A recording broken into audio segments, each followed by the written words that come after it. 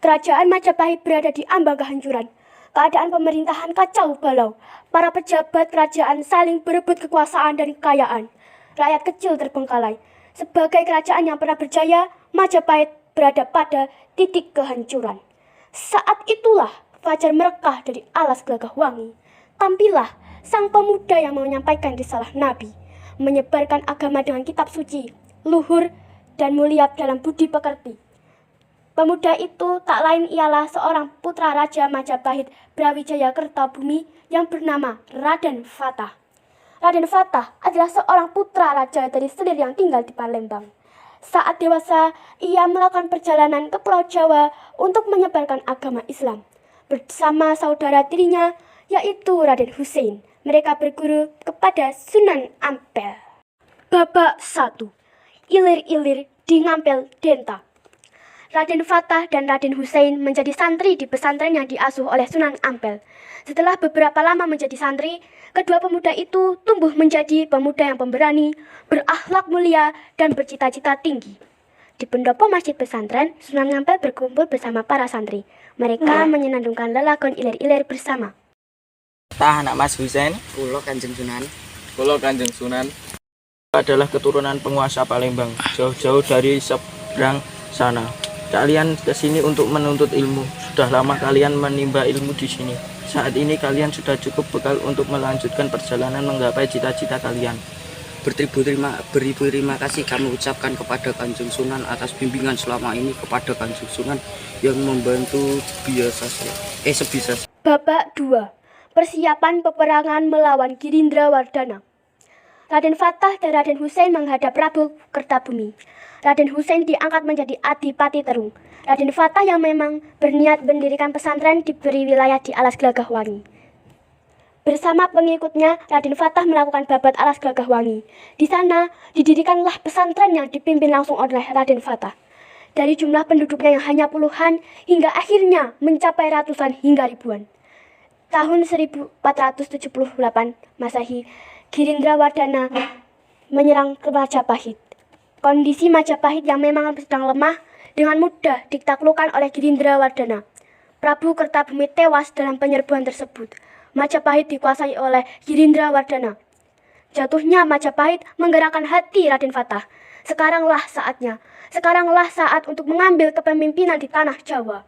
Dengan restu para sunan, Raden Fatah memberangkatkan pasukan Islam untuk menyerang Girindrawardhana. Raden Fatah berdiri di hadapan penduduk Gelagah Wangi. Di antara mereka ada para petani, prajurit, pedagang, juga ibu-ibu. Semangat mereka terbakar oleh seruan pemimpin mereka, Raden Fatah. Wahai segenap penduduk Gelagah Wangi, Majapahit telah jatuh di tangan Girindrawardhana. Ayahanda Prabu Kertabumi telah mangkat. Kita sudah sekian lama membentuk diri menjadi sebuah pedukan, sebuah jamaah mengikut. Segenap prajurit siap berdiri di garis depan Kanjeng Gusti. Bagus sekali, akan tetapi ketahuilah kita membutuhkan segenap kekuatan yang ada.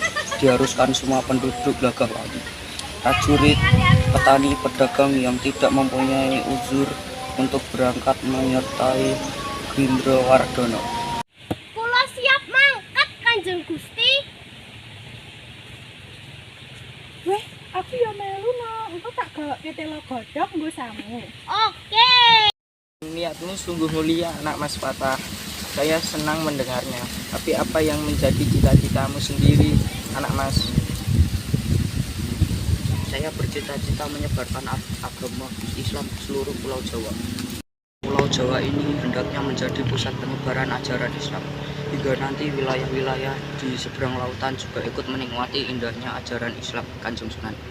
Masya Allah, sungguh teramat tinggi cita-citamu. Saya sangat mendukungmu, anak Mas Fatah. Anak Mas Hussein, bagaimana denganmu?